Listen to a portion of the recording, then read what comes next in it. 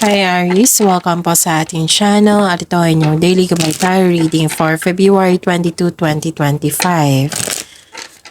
Please bear in mind that kung naka-resonate kayo, comment down. Kung hindi kayo naka-resonate, ibigay niyo po sa iba kasi channel reading po ito. This is for you Aries ngayong February 22, 2025.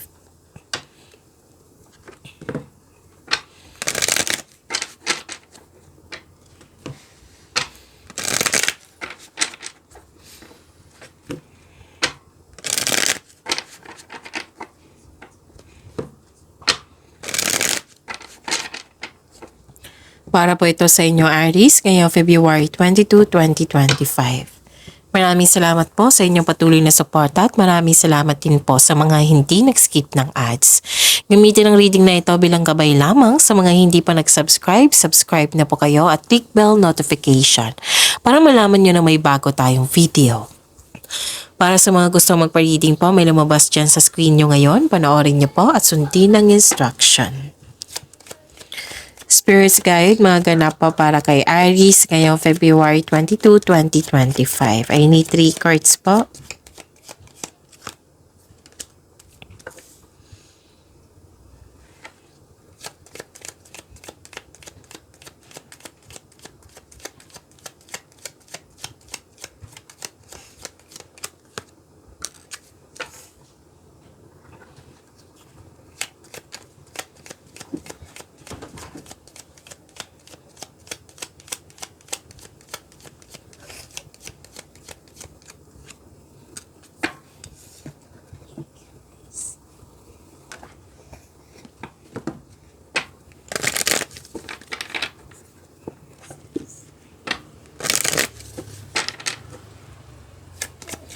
Spirits Guide,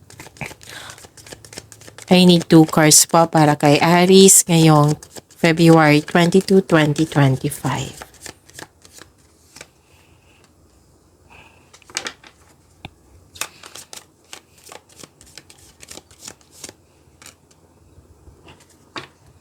Okay, Aries, ngayong February 22, 2025, wow, may success. Claim niyo po itong success na ito and positive outcome.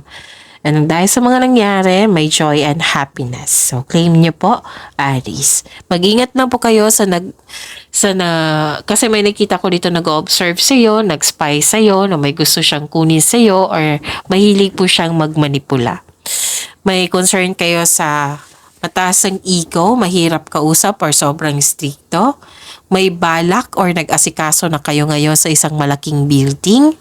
May separation ako nakikita dito. Pwedeng literal na separation or separation of responsibilities. Maraming case po ng separation.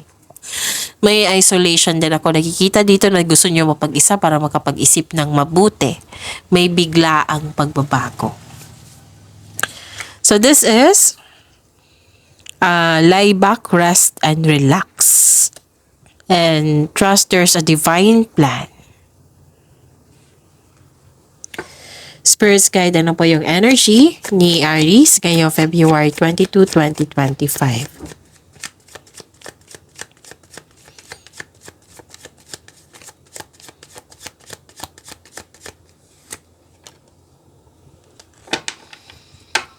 And the clarification of this card po.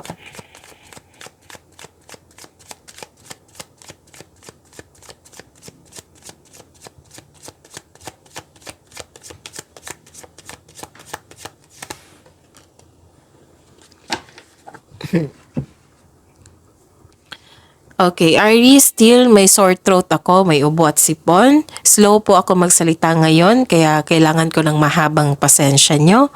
So, yun. Slow ako magsalita para klarong-klaro yung mensahe, okay?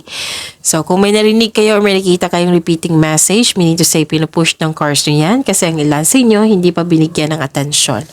Na kung maaari din po, bigyan nyo po ng solusyon at aksyon. Remember, Aries, at the end of the day, alam mo na ikaw lang alam mo na ikaw lang taong may kakayahan at responsable na gumawa ng sarili mong katotohanan at kinabukasan.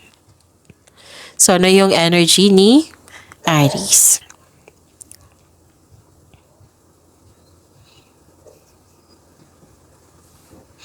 Nakikita ko dito na may hindi totoo sa iyo. Which is nag-clarify siya dito sa inyong oracle cards na may taong hindi totoo sa iyo. Pwedeng confused kayo ngayon. May warning po dito na magkakaroon siya ng obsession sa isang bagay or tao. Pwedeng concern mo ito sa isang tao or tungkol ito sa iyo. Maaari din na may gusto kang kunin or bilhin na hindi mo na malaya na check out mo na. So, ang sabi ng card niyo po dito, kailangan kontrolin yung sarili mo. Or di kaya, yun nga, yung may taong hindi totoo sa iyo na may gusto siyang kunin sa iyo na nag-clarify. Kaya, this is a repeating message. Pay attention. Okay, Aries? Nakikita ko rin dito na nagkaroon po ng concern sa isang tao na walang magandang intention sa iyo. May nakita ko ditong dictator na tao, very controlling, judger, hindi siya nagsasabi ng totoo sa iyo. So, dalawang card na po nagsabi dito ha. So, ingat na po. Pay attention po. This is a repeating message. Tatlong card na po nagsabi dito. One card for here and dito din sa tarot card niya. Okay? Spirit's Guide, Career and Money po ni Aries. Ngayong February 22, 2025.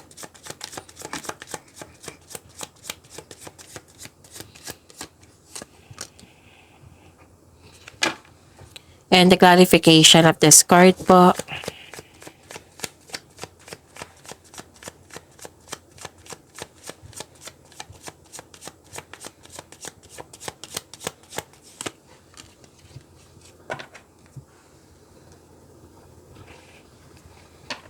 Okay, sa career and money niyo po. May nakita ko ditong, okay, ang ilan nga sa inyo dito na teacher, you're earning money as a teacher. Oo. So, this is also means na you're going back to school or study, may mag-study kayo na para magkaroon ng pag-angat.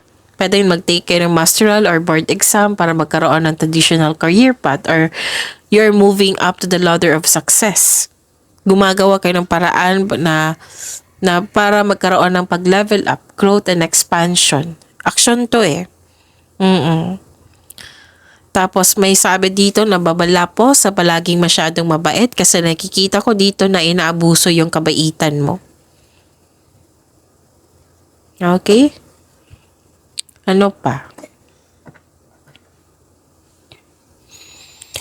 Nakita ko dito na nagkaroon po ng concern sa immature na tao, oversensitive, selfish.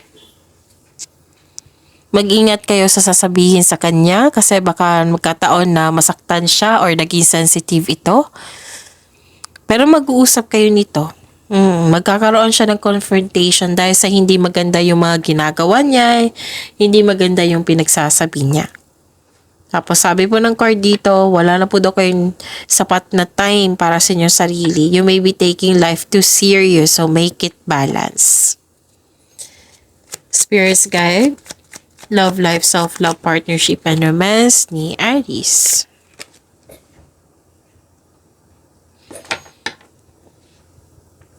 And the clarification of this card po.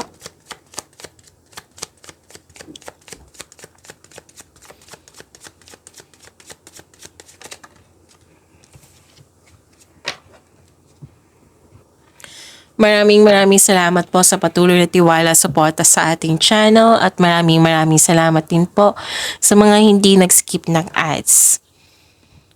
Makinig po daw kayo sa inyong intuition. Nagkaroon ng disconnection sa inyong intuition kasi nag-overthink po daw kayo, nag-overanalyze. Alam nyo ba, sa kaka-overthink, madidrain din yung energy nyo. So you have to stop overthinking. Magtiwala po sa inyong sarili. Okay? Tapos may nangyari po daw na pwedeng iniiwasan mo or may nangyari na ini-ignore mo.